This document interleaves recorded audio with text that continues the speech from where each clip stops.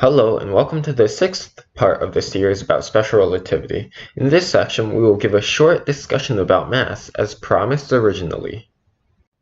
Here lies our problem. To verify the first postulate, we assume that the mass in F equals ma is the same in all reference frames, which contradicts the conclusion of special relativity. How can we disprove special relativity using the Newtonian view?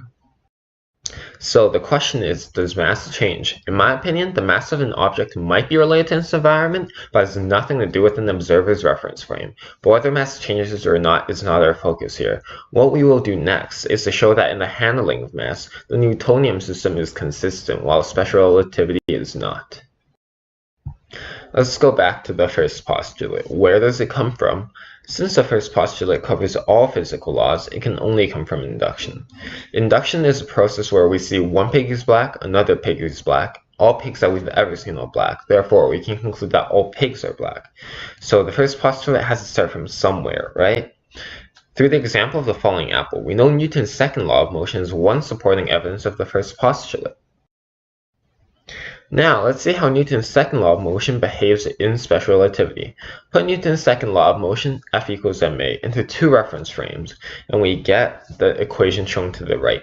Under special relativity, the length, time, and mass all changes with reference frames, so the above equation cannot be simplified any further.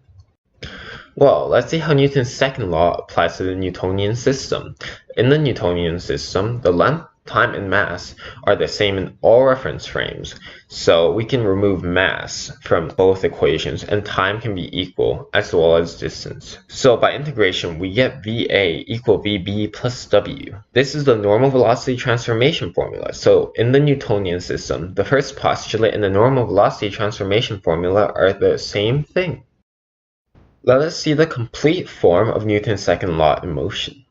The complete form of F equals ma is F equals derivative of mv over derivative of time.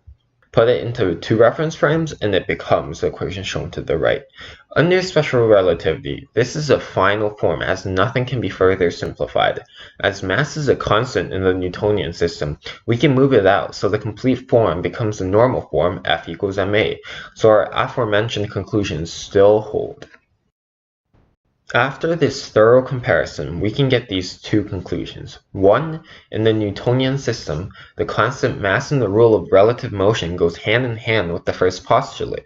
And 2. Under special relativity, the correct application of the first postulate must have mass included.